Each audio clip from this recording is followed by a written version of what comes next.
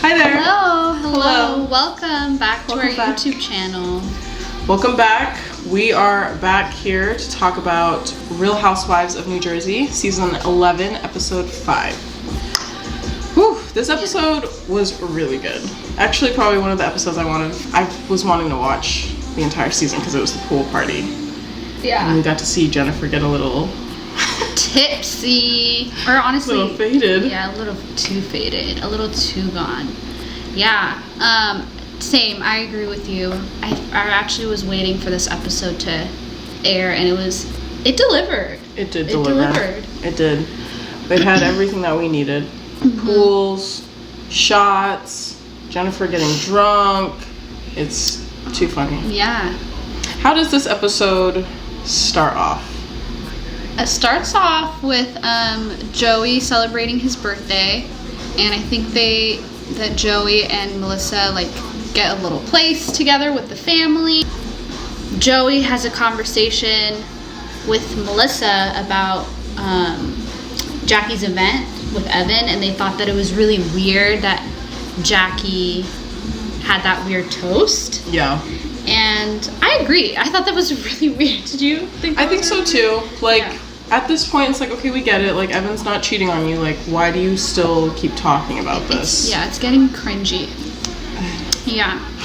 So that happens, and then Melissa's understanding that these girls are not going to get together. So no, Melissa ends up realizing that Teresa and Jackie are probably never going to get along. And so she tries talking to her brother. She tries talking to her husband to talk to Teresa because what the fuck is this song? I'm literally so dead. The music is distracting me right now. Sorry. Let me say that again, just for editing purposes. So, Melissa is realizing that Teresa and Jackie are probably never going to speak again. So she speaks to her husband, which is Teresa's brother, and says, hey, maybe you should talk to your sister about Jackie and Teresa getting together and forgiving each other or something of that sort. Mm-hmm. And he agrees. And after that, we move into Jennifer having a dinner with all of her kids, and it seems like she's a little overwhelmed with 5 kids, and also her dad. Also her dad. They get into her dad and I think it was her sister that was with her. Wanting to go to Turkey. Her dad's 80 and can't walk. He can't walk? I feel like he cannot walk. They were just saying he can barely walk, his back hurts. What's he gonna do in Turkey? Why are we even considering this flying during a pandemonium? Yeah, it's getting weird. Why didn't they think about that? Because I forgot about that right now. But yeah, we're in a Pangea. Why would you do that? Yeah, so they end up having a conversation about that, and then she realizes that if her dad goes to Turkey, her mom's going to be frustrated, and she just is still, Jennifer finds that she's always in the middle of this scuffle between her and her mother and her father. And I feel like a lot of people that have foreign parents go through that. I know I went through that. I was always a mediator sometimes between my mother and my father, and it's so tiring, and it's not our jobs, and I just hate that for Jennifer. She doesn't deserve that. Being put in the middle is probably really hard for your parents. I'm not saying that Jennifer deserves that. I also think that I don't think Jennifer put herself in the middle, but she kind of did take authority when she said, okay, well, dad's gonna come live with me, and that probably didn't make her mom happy. It probably caused a little bit of a divide. Yeah, you're right. You're right about that. Yeah, because she was the one who inserted herself into there. I've seen it just with my personal family members, where someone will take authority with how to care for another family member, and now it's all of a sudden that person is just in charge the entire time. Anytime that someone else tries to help them or offers help or anything like that, they don't accept it because they've taken on this responsibility of just taking care of that one person. And I feel like Jennifer is like, I can't do everything by myself, so I need some help. Mm-hmm. And it's probably a really shitty situation to be in. Like, I would really hate that. I would hate that too. Yeah. I mean, yeah. That sucks for her. Moving on, and then next scene is Dolores and David. They're still having an engagement argument. Like, Dolores keeps bringing that up, and it's like really frustrating to hear that. And then David ends up blaming her for being too busy, and that's why he didn't ask her to marry her. And I was like, what? Did you remember that? Like, that was very stupid. It was very, very dumb, because like, doesn't make any sense. You want her to just sit at home all day? What? Like, she's a woman that can do all things. Like, she could get engaged and still be busy. What are you talking about? And then I think a lot of the time too, Dolores gets frustrated with David because he's not present with her because of his job and like being on call for whatever he does. What does he do? He's a high-risk obstetrician, so it's like a high-risk pregnancy doctor. Yeah, so, and in that, like, I don't know. I get like he's got to be on call. Yeah. Like, I get it. Also, like, but you know what you're dating. Like, exactly. You're the one that's dating him, so, like, you know about his work life and, like, how it most likely consumes him. And so, okay, like, I kind of understand that. Like, marriage isn't really, like, a huge deal for David, because is he ever home? Yeah. He can't probably give her what she needs in, like, a husband. And maybe he knows that. But, like, to, like, still talk to her and... But it's so annoying. Why don't you just say that? And, like, at this point, like, we're adults. We can't move in with each other, even if we're not getting married. Like, or maybe that's her thing. Like, she just doesn't want to get married or she doesn't want to move in if she doesn't have a ring on her finger. Yeah, she just doesn't want to do that.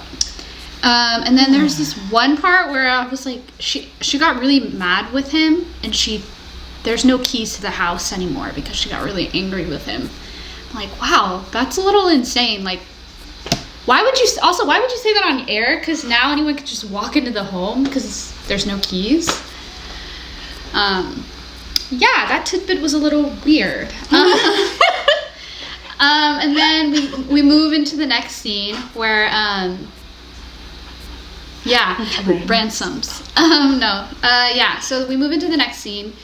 Joey has a birthday dinner with some of his family, and I don't know any of them except for Teresa. I think it's like Melissa's sisters. I feel like it's like Melissa's sisters because I've seen them before. Yeah, I could not recognize them. I just was like, these are random people.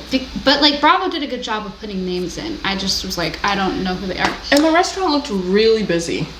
Yeah, it looked like there was no like COVID stuff happening again in New Jersey. Are we surprised? COVID doesn't exist. It doesn't exist in Jersey. Yeah, very surprising. Teresa is very thirsty at this dinner. She's like, I like to eat pineapples. Yeah, she kept saying I want my peach kiss.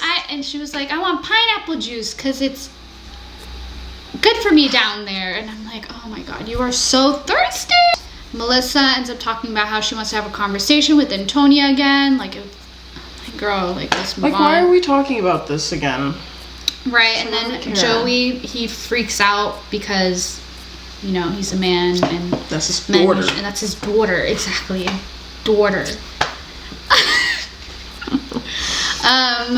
And then Teresa ends up announcing that she wants to have a pool party with all of the girls, and Joey says, you should invite Jackie to her. And Teresa's like, what? Are you serious? She said something like that. And Joey's like, this is for my birthday. Can you invite her? And so, you know, she loves her brother. She really will do anything for her brother, I feel like. So she ends up inviting her. She just texts. She has a whole group text with everyone. Right. And then she also says that she wants to invite Michelle in front of them. Michelle's the friend of. Don't forget her. Yeah, and Joey and Melissa are like, you're inviting her? The one that was talking shit about me?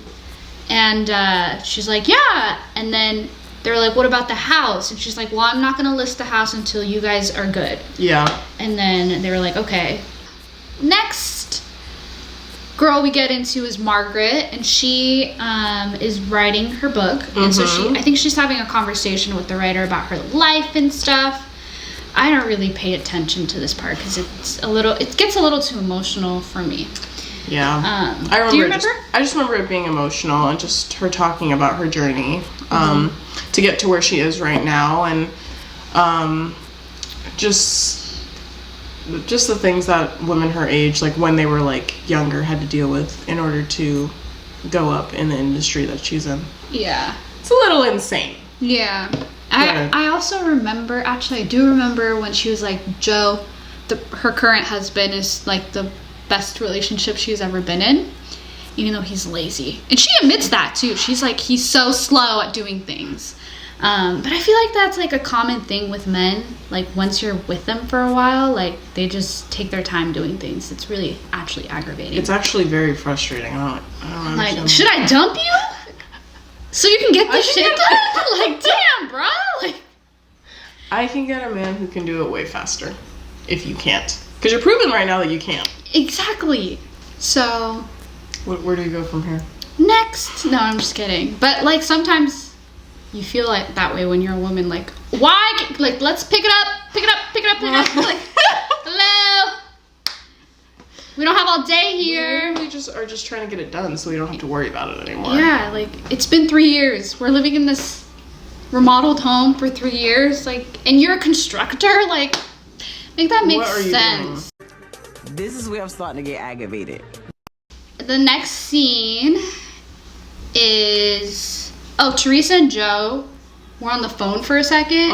And it looks like everything seems healthy between them. Like, they're talking about their divorce papers and stuff. So I thought that was important to say. I think they'll be like the next. Well, I mean, he doesn't live here anymore, but like they seem to have a good relationship now. So like, what if things turns out to be like Dolores and Frank? You think so? What if they are just friends like that? Not like close like Dolores and Frank, but if they get to that point where they can be friends like that. That would be kind of cool. Nice. Yeah. But he's so toxic. Yeah, he's the worst. I don't know how it could get there. Frank doesn't seem like that. No, Frank just seems like a dog. We could deal with a dog. We can deal with the dog. Man, that's verbally abusive. Jackie also calls their wife the C word. That's a little... That was really rude. Yeah. Joe Giudice. Giudice. Terrible. Just terrible.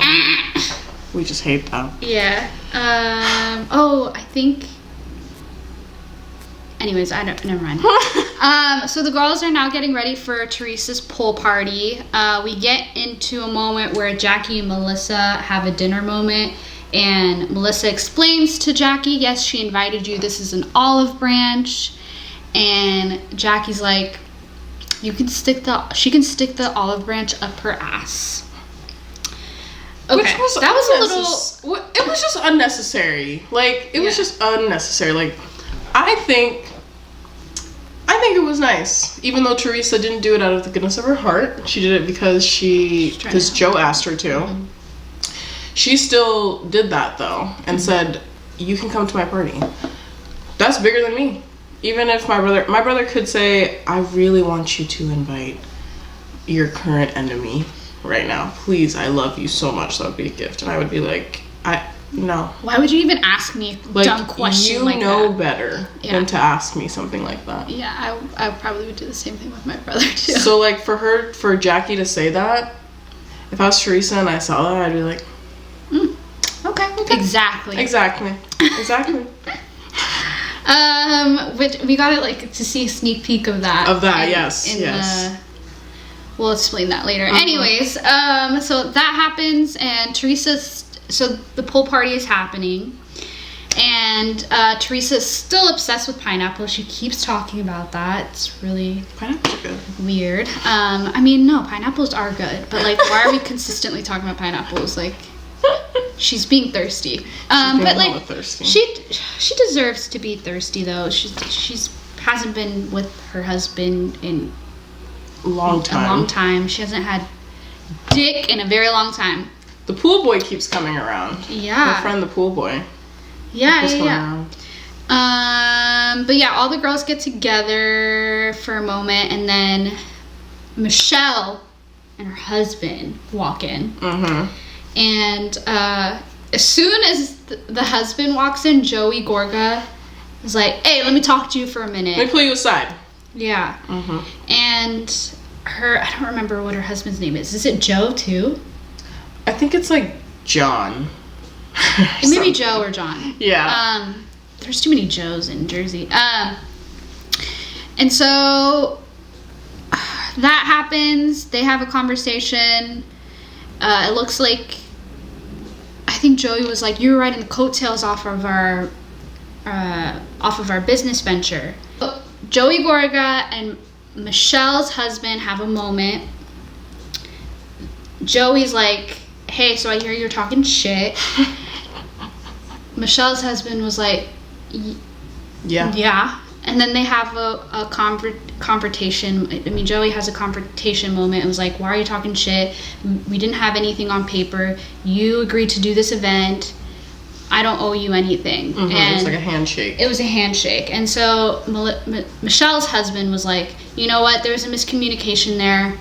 My fault, my bad. And that moment is cool. Then we get into the girls. Melissa's like, Michelle, come here, Michelle. You were talking all that shit, and it's a smear fest on my husband. And then Michelle was like, well, it's true.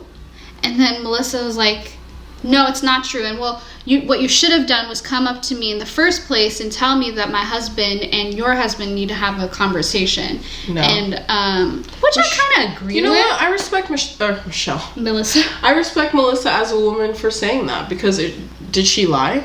She didn't lie.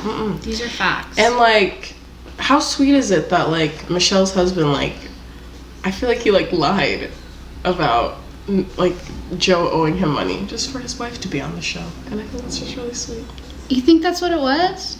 I think so. Like, what, that conversation was over in like 5 minutes. But I think you want to know why, because he also was like, will you let my wife list the house with Teresa if I just let this go? And I think that's one of the reasons why he was like, that's fine, we'll move on. So that was really nice of him to do. That was nice of him. Yeah, that was nice. I don't know. Yeah, but then so the pool party's happening. The pool boy that Teresa was messing around with, or not even really messing around with, flirting with in the previous episodes, comes, and they have like a cute little moment in the pool. Not even really. The pool party looks fun too. It's like, wow, COVID. It must be nice. Yeah. In the middle of a pandemic to have a party. Yeah, and then we move on to Jennifer. Jennifer's drinking way too much. She drinks way too much, and she gets too drunk, and she falls down. I don't know who was saying in the background, she's fine, she's okay. Oh my gosh, yeah, I think it was Teresa. But like Margaret and Melissa were just like low-key like just judging her, and it's like, have you guys never been this drunk before? Like, I can't wait. Margaret. I just feel like Margaret was like sitting down just like judging her, and I was like, I can't wait to get that drunk. Yeah, I'm with trying my to friends. That. Yeah. When COVID's over. Like, that is me and I don't have cameras on me, so I can't imagine. Like, you can't have fun with her. Jennifer just loves tequila, and we understand that feeling. Exactly. Yeah, so she gets way too drunk and whatever. It looked like a good time for her. She's got 5 kids. Like, she needs to drink, honestly. It's a lot of kids. God, that's a lot of kids. They all look like they're under like 14 which too. Is awful. And that just sounds terrible. Yeah, I mean, having kids under 18 just sounds really awful to me.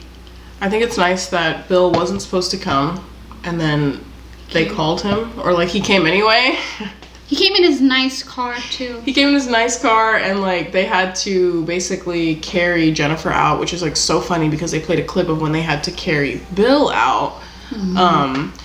And they're just like kind of an iconic couple for that. Like, that's just like kind of like iconic. Yeah, like, I love that, like, you know, Bill was honestly gonna just pick her up and go, and then all the guys come rushing down to help pick her up and put her in the car. I feel like that was maybe planned by them. They're like, well, we did it for Bill, now we gotta do it for Jennifer. And shout out to the guys for that. It was just so sweet. That was so cute. It was so cute. Like, I love this show. Yeah, and then they end up driving off, and that's that episode. That's that episode. Pretty much. And those are our thoughts. She ends up throwing up in the convertible, too. Which is, like, really sad. It's a nice really car. nice car. Like, a really nice car. Mm-hmm. Yeah. Well, that was Real Housewives of New Jersey, Season 11, Episode 5. We will be back next week to cover Episode 6. This season has been pretty crazy so far. Yeah. Very dramatic. Very dramatic. There's really only been like one filler episode, so hopefully we don't have any more of those. Yeah. I mean, I'm okay with fillers. Like, I need something. Give me something. Don't leave me with nothing. Don't leave me with nothing. That's true. But yeah, I'm really excited for next week. I think we will see you all next week. We will. And I think that's it. Oh, don't forget to like, comment, and subscribe. I will never know which side it is. One day I will. And we'll see you next time for our next video. Bye!